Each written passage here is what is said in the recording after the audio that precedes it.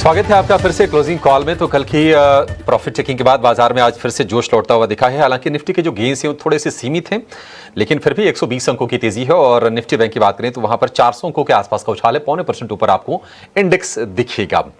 बहुत ज्यादा हालांकि हम देख रहे हैं कि कोई स्टॉक्स में चर्निंग एसेट नहीं हो रही है। टाटा मोटर जो शुरुआत में 5.5% गिरा, अभी भी 5.5% ही है और हमने पूरे करीब 6 घंटे के आसपास का सत्र बाजार में बिता लिया है। मार्केट एट 3 का वक्त हो गया है, 3 बज गए हैं और आनंद शुक्ला हमारे साथ जुड़ गए हैं ये खास सेगमेंट लेकर। आनंद बताइए कहां पर एक्शन हो रहा है आज?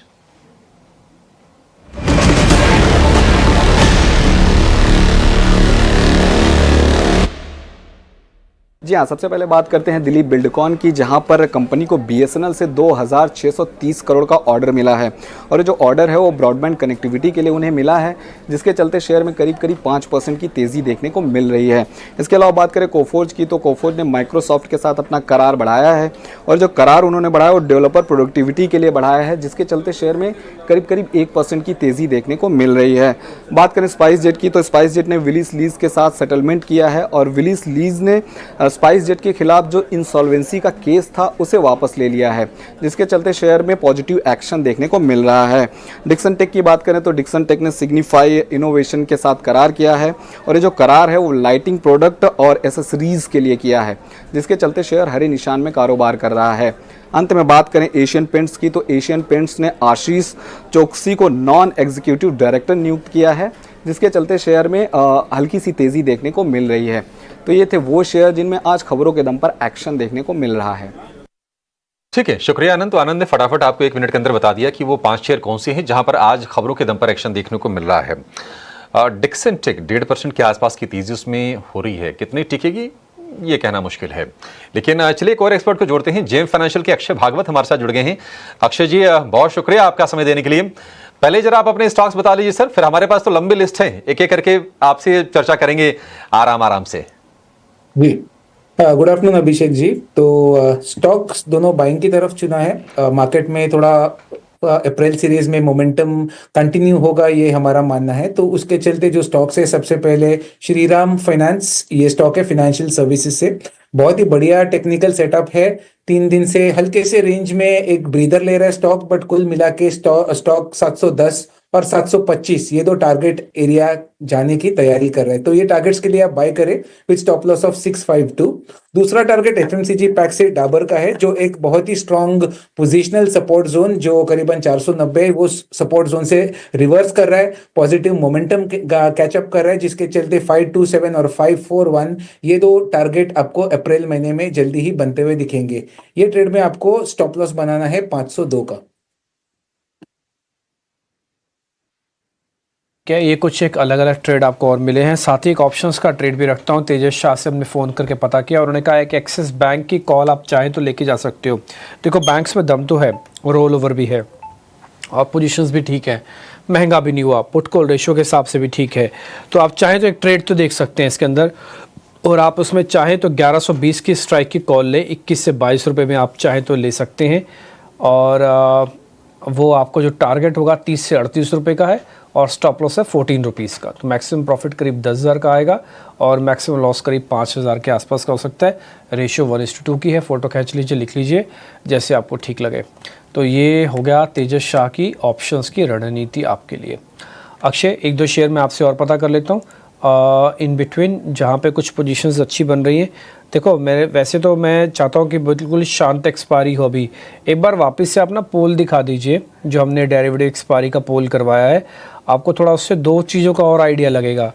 पोल लेके आइएगा, पहला सिर्फ निफ्टी लाके उसको फुल स्क्रीन लाके छोड़ देना, ठीक है। निफ्टी वाला लाके उसको फुल स्क्रीन करके छोड़ देना। फिर जब मैं बैंक निफ्टी बोलूँ तब बैंक निफ्टी का दिखाना। तो निफ्टी के अंदर देखोगे 23,500 का एक बैंड पे लोअर दिखेगा, एक बैंड पे अपर दिखेगा। फुल स्क्रीन कर दो इसको, अब मेरे को मत दिखाओ। तो एक लोअर हो गया और एक अपर हो गया, जहाँ पे 40 और 30% लिखा हुआ है। इसका मतलब मीडियन क्या हुआ भाई, एक बैंड का हाई है एक बैंड का लो है, तो मीडियन क्या हुआ। अगर आप इकोनॉमिक्स के स्टूडेंट्स हो तो मीडियन आप जानते होंगे, यानी कि बीच का क्या हुआ। तो उसमें हो गया 23,500। आज आप चेक कर लो 23,500 के ऊपर majority of the time market ने समय निकाला, एक बार आ गया तो खोया नहीं। यही बात हमने एग्जैक्टली सुबह भी आपको बोली थी कि 23,300 23,500 का बैंड है, जिस तरफ ब्रेक होगा उस तरफ का हो जाएगा।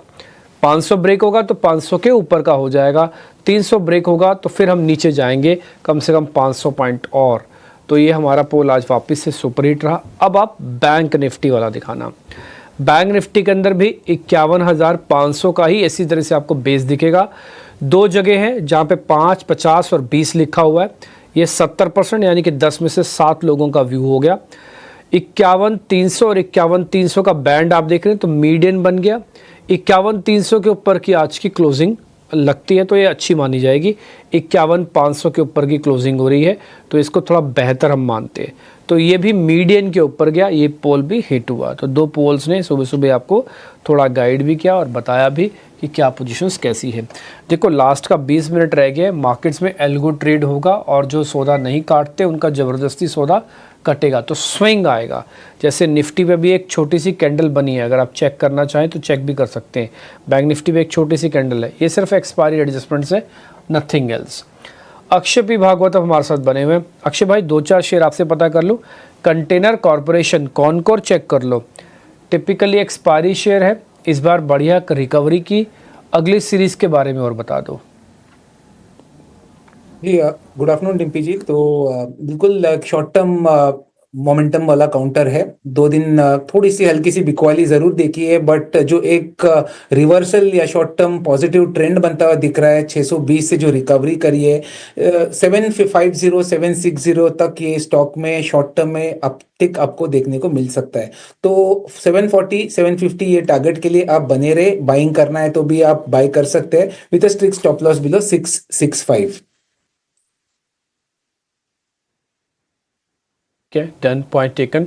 एक शेयर मेरे को और बस लास्ट होगा मेरी तरफ से, वो शेयर जो मैं आपसे पता करूंगा लॉन्ग साइड का, वो है एनटीपीसी। सर मेरे को लग रहा है एनटीपीसी और पीएफसी थोड़ा और चलेंगे, स्पेशली आप एनटीपीसी ही चेक करना। एनटीपीसी आपको कैसा दिख रहा है सर? एनटीपीसी बहुत बढ़िया शेयर चुना है डिम्पी जी आपने। एक बॉटम तो स्टॉक ने बना दिया था गए महीने में 300 पे, उसके बाद 330 के स्तर पे टेक्निकली गए कुछ दिन पहले उसने एक ब्रेकआउट भी दिया।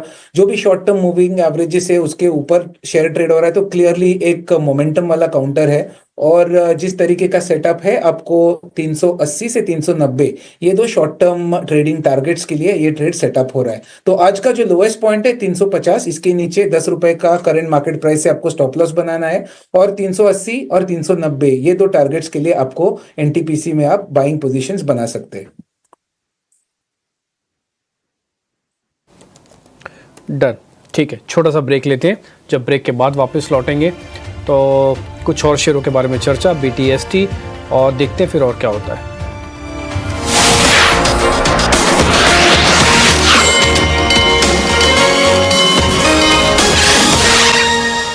ब्रेक के बाद आपका फिर से स्वागत है क्लोजिंग कॉल में। एग्जैक्टली करीब 100 पॉइंट की तेजी के साथ निफ्टी कारोबार कर रहा है।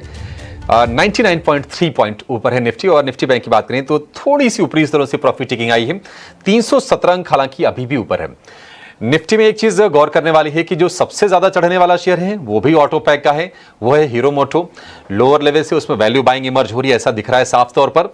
और सबसे गिरने वाला शेयर भी टाटा मोटर्स है, वो भी ऑटो पैक से 5.5% के आसपास से गिरावट वहां पर है।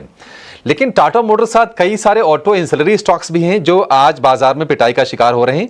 उनमें आप देखेंगे तो सोना BLW फ्यूचर्स में सबसे ज्यादा गिरा है, करीब 6.5% के आसपास से गिरावट है।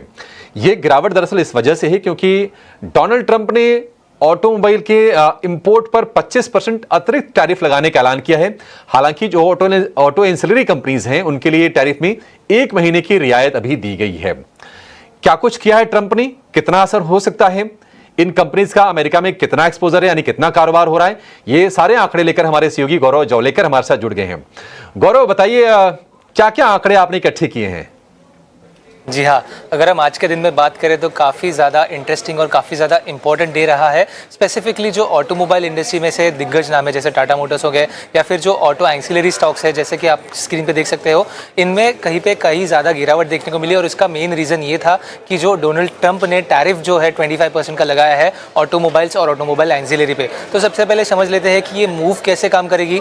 2 अप्रैल से जो ऑटोमोबाइल्स पे टैरिफ है 25% का वो एप्लीकेबल होगा और कहीं पे डोनाल्ड ट्रम्प का मानना यह है कि मई 3 से पहले ऑटो एंसिलरीज पे भी ये जो टैक्स टैरिफ है 25% का वो लागू होगा। अगर हम बात करें इस मूव की तो पहले ही डोनाल्ड ट्रंप ने कहा था कि कहीं पर रेसिप्रोकल टैरिफ जो है वो लेके आने वाले हैं अप्रैल 2 को, और इसी में से एक फर्स्ट मूव जो है हम कह सकते हैं, और उसके सबसे पहली कैजुअलिटी इंडियन जो अपने स्टॉक मार्केट है वहाँ पे इन 4 से 5 कंपनीज में देखने को मिली।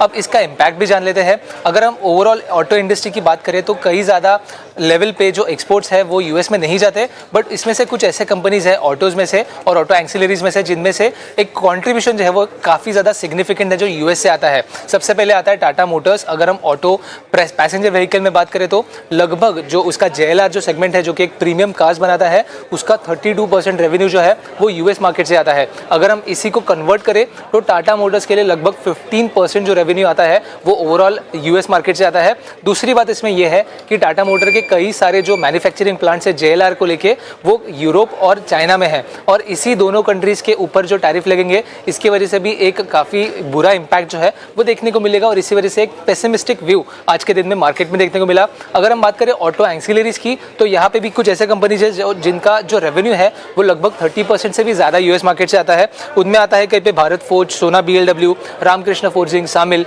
ऐसे कुछ कंपनीज में हमने देखा कि आज के दिन में गिरावट देखने को मिली। हालांकि 1 महीने का ये रिव्यू पीरियड जो है वो रखा है डोनाल्ड ट्रंप ने, बट इसके वजह से जो एडवर्स इंपैक्ट आएगा इसके लिए आज के दिन में ही मार्केट ने कॉशन दिखाया। इस मूव को लेकर अगर हम बात करें तो डोनाल्ड ट्रंप का मानना यह है कि इस मूव की वजह से मैन्युफैक्चरिंग जो है यूएस में वो पुश होगा और लगभग $100 बिलियन का रेवेन्यू जो है वो यूएस में जनरेट होगा। बट ओवरऑल अगर हम इसी मूव की वजह से बाकी भी स्टॉक्स की बात करें तो आज के दिन में एशियन मार्केट में भी ऐसे ही ऑटो स्टॉक्स में गिरावट देखने को मिली, और अगर हम इंडियन मार्केट की बात करें तो ऐसे कुछ स्टॉक्स है जहाँ पे काफ़ी ज़्यादा गिरावट जो है इस मूव की वजह से देखने को मिली। आगे जाके ऑफिशियली और कितने चेंजेस आएंगे टैरिफ में 2 अप्रैल से पहले वो तो हम देखते ही रहेंगे, बट फिलहाल के लिए आज के दिन में एक वीकनेस ऑटो और ऑटो एंसिलरीज में कुछ काउंटर्स में इस मूव की वजह से हमें देखने को मिली थी।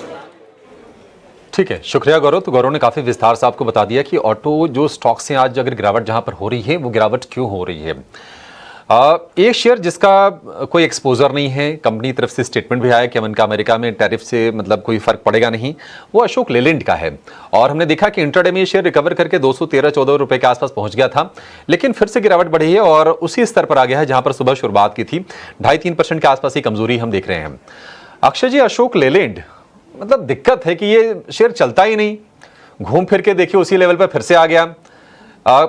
परसों खबर आई कि SML इसूजू में ये कंट्रोलिंग स्टेक ले रही है, कल कंपनी का खंडन आ गया, उसके चलते थोड़ा सा फिसला और आज ये फिर से गिरावट 3% के आसपास की। कोई रिवर्सल आएगा या फिर इससे किनारा कर लें तो बेहतर है? जी, तो देखिए प्राइस आप स्टडी करें इसकी तो शॉर्ट टर्म में तो कोई ट्रेडिंग के मौके नहीं दिख पा रहे मुझे। सेटअप जो है अभी भी एक रेंज के दायरे में ट्रेड होने के संकेत दे रहा है, जो बार बार आप देखें एक ट्रेंड लाइन रेजिस्टेंस पे स्टॉक में बिकवाली आ रहा है। इस बार स्टॉक में 220 की और थोड़ी सी बिकवाली का प्रेशर बना है और नीचे में आपको सपोर्ट 190 या 185 पे वापस दिख सकता है। तो शॉर्ट टर्म की ट्रेडिंग के मौके अशोक लेलैंड में नहीं खोजे। ओवरऑल लॉन्गर टर्म या मीडियम टर्म कम से कम 3 महीना प्लस अगर आप समय देके होल्ड करें तो मुझे लग रहा है कि आपको ये स्टॉक में अच्छे खासे रिटर्न बनते हुए दिखेंगे। बाय एंड होल्ड वाली स्ट्रेटेजी बनानी है विद द एक्सपेक्टेशन की जो रेजिस्टेंस है 220 की वो ब्रेक होके इवेंचुअली स्टॉक 250 पार कर जाएगा। तो मेरा व्यू बुलिश है, but from a medium to longer term buy and hold वाली स्ट्रेटेजी कीजिए। 185 190 एक पोजिशनल सपोर्ट है और थोड़ा लॉन्गर टर्म में स्टॉक 250 पार कर सकता है, ये मेरा व्यू पॉइंट रहेगा। ठीक है, लॉन्ग टर्म का प्ले है अशोक लेलैंड। 250 रुपए तक के टारगेट के लिए पेशेंस आपको दिखाना पड़ेगा और पेशेंस बार बार ये शेयर टेस्ट करता भी रहा है। अक्षय जी, रियल एस्टेट स्टॉक्स में हम देख रहे हैं कि क्लोजिंग अच्छी होनी जा रही है। DLF में हम देख रहे हैं कि डे हाई पर कारोबार हो रहा है। मैक्रोटेक का शेयर करीब 4% ऊपर है। ओबरॉय रियल्टी में भी 2-3% के आसपास के मूव्स हम देख रहे हैं और डे हाई पर ये भी शेयर है। इनमें से अगर एक BTST ट्रेड लेना हो तो आपके रडार पर कौन सा शेयर होगा? जी, तो देखिए थोड़ा सा मोमेंटम जरूर है, more of expiry driven move दिख पा रहा है। फिर इसमें अगर स्टॉक्स चुनना ही है बीटीएसटी के नजरिए से तो मैक्रोटेक जो लुदा डेवलपर्स है 1247, इसका प्राइस सेटअप बहुत बढ़िया है क्योंकि पूरे महीने में अगर आप एक्टिविटी देखें तो 1050 से एक तरफा रैली रही है स्टॉक में। कहीं ना कहीं गए 4-5 ट्रेडिंग सेशन ने थोड़ी सी एक रेंज के दायरे में एक ब्रीदर लिया है, पर आज मोमेंटम कैचअप हो रहा है और कुल मिला के ये जो टेक्निकल सेटअप है 1300 या 1320, ये दो टारगेट छूने की ज्यादा पोटेंशियल दिखा रहा है। तो लुडा डेवलपर्स या मैक्रोटेक जो है बीटीएसटी की राय में दूंगा 1197 ये स्टॉप लॉस बनेगा और 1310 तक इसमें आप टारगेट बना के चल सकते हैं। 110 तक के टारगेट मैक्रोटेक डेवलपर्स में 4% की सॉलिड तेजी और लगातार ये महीना बड़ा अच्छा साबित हुआ है मैक्रोटेक के जो निवेशक हैं उनके लिए भी, और जिन्होंने ट्रेडिंग की पोजीशन ली है उनको भी फायदा हुआ है मैक्रोटेक में। अक्षय, आप बताइए कि आपके रडार पर बीटीएसटी वाले कौन से शेयर हैं? जी, तो बीटीएसटी के लिए अगर आप स्टॉक्स देख रहे हैं तो मेरे हिसाब से आप लार्सन एंड टुब्रो देख सकते हैं। तो लार्सन एंड टुब्रो में एक बढ़िया रिकवरी करा है ओवरऑल 3200 के सपोर्ट जोन से। गए 4 दिन में हल्की सी एक रेंज बाउंड एक्टिविटी देखने को मिल पा रही है, बट कुल मिला के आइडियली एक सेटअप अच्छा है बीटीएसटी के लिए, जहां पे एक मोमेंटम 3350 के ऊपर कैच करेगा तो स्टॉक में 3650 तक आपको जल्दी दिखाई देगा। 3400 के नीचे आपको इसमें स्टॉप लॉस बनाना है। और फेडरल बैंक में भी आप ध्यान दे सकते हैं, जो कर दे हाई के आसपास चल रहा है, बहुत ही बढ़िया मोमेंटम कैचअप कर रहा है स्टॉक ने 180 के सपोर्ट जोन से। और कुल मिला के एक शॉर्ट टर्म रेजिस्टेंस जोन जो 205 तक है, ये आपके बीटीएसटी ट्रेड के टारगेट बनेंगे। फेडरल बैंक में आपको 194 ये स्टॉप लॉस बना के आप इसमें बीटीएसटी का ट्रेड बना सकते हैं। ठीक है, मार्केट की आज की क्लोजिंग बढ़िया हो रही है। 100 पॉइंट के ऊपर जाके निफ्टी और करीब 350 पॉइंट ऊपर जाके बैंक निफ्टी क्लोज कर रहा है। ऑलमोस्ट हमारे टारगेट अचीव्ड भी हैं आज के, जो हमने पोल के जरिए भी आपको दिखाए। दूसरी एक और अच्छी बात आपको मैं बताता हूँ कि मार्केट्स के अंदर चर्निंग अच्छी हुई है। रिलायंस एचडीएफसी दोनों बकायदा हर निशान में बंद हो रहे हैं और ये गुड साइन है। और तीसरी इंपॉर्टेंट बात यह है कि डेरिवेटिव एक्सपायरी इस बार का निपट गया। अब हम अप्रैल सीरीज़ में अच्छे रोल ओवर, लो पीसीआर और अच्छी चर्निंग, अच्छे सपोर्ट के साथ एंटर कर रहे हैं। तो इस बार की जो सीरीज़ की एंट्री हो रही है वो अच्छे नोट पर हो रही है और इसमें एफआईज की होल्डिंग भी 33% के साथ है। हमने कुछ डेरिवेटिव्स का डाटा निकाला है, आप चाहे तो स्क्रीन पर भी चला सकते हैं। थोड़ी देर पहले मैंने अरविंद जी को भेजा है, आप चाहे तो वो वाला सारा डाटा एक बार वापस से स्क्रीन पर भी दिखा सकते हो। सिर्फ मंथली बेसिस पर सारी कैलकुलेशंस हैं। अच्छा, एक बस एक लास्ट पॉइंट और है, क्योंकि अब हम मार्केट के बिल्कुल लास्ट चरण पे चल रहे हैं।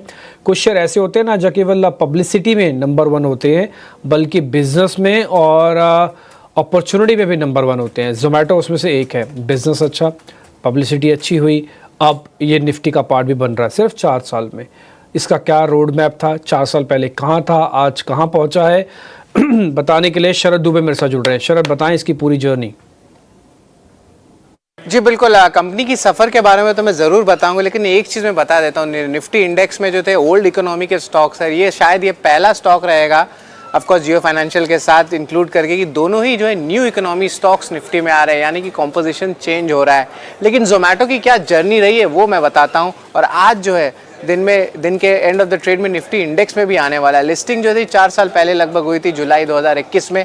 इशू प्राइस देखे तो 76 रुपीज़ पर शेयर था, लेकिन लिस्टिंग देखे तो एक बम्पर लिस्टिंग आई थी 115 रुपये प्रति शेयर की। करंट मार्केट प्राइस जो है करेक्शंस आए हैं, थोड़े डाउनग्रेड्स आए हैं ब्रोकरेजेस से, तो वो लगभग 205 रुपये पे अभी चल रहा है। मौजूदा मार्केट कैप लगभग 2 लाख करोड़ रुपए का है। रिकॉर्ड हाई की लेवल्स की भी बात कर लेते, यहाँ से सोचिए 50% ऊपर था। 300 के ऊपर जो ये आंकड़ा गया था, दिसंबर 2024 में आंकड़ा देखने मिला था। लेकिन जो रिकॉर्ड लोज था वो जो था 27 जुलाई 2022 को था, जहाँ पे स्टॉक की बड़ी प्रेशर आई थी और 40 रुपये तक जो है स्टॉक नीचे गिरा था। लेकिन वहाँ से जो है एक सिग्निफिकेंट रिकवरी आई, 6x 7x हुआ, फिर थोड़ी करेक्शन भी आई ऊपर से। तो ये इसकी टोटल जर्नी रही है। एफएनओ में शामिल हुआ था 29 नवंबर 2024 को और बीएसई सेंसेक्स में पहले ही शामिल हो गया था 23 दिसंबर 2024 को। तो लगभग आप कह सकते हैं कि 3 महीना पहले जो है बीएसई में इंक्लूजन आ गया था। निफ्टी 50 और निफ्टी नेक्स्ट में जो शामिल हो रहे हैं वो हो रही है आज, यानी कि 27 मार्च को। तो ये तो इनकी डेट्स हुई, ये इनकी जर्नी हुई।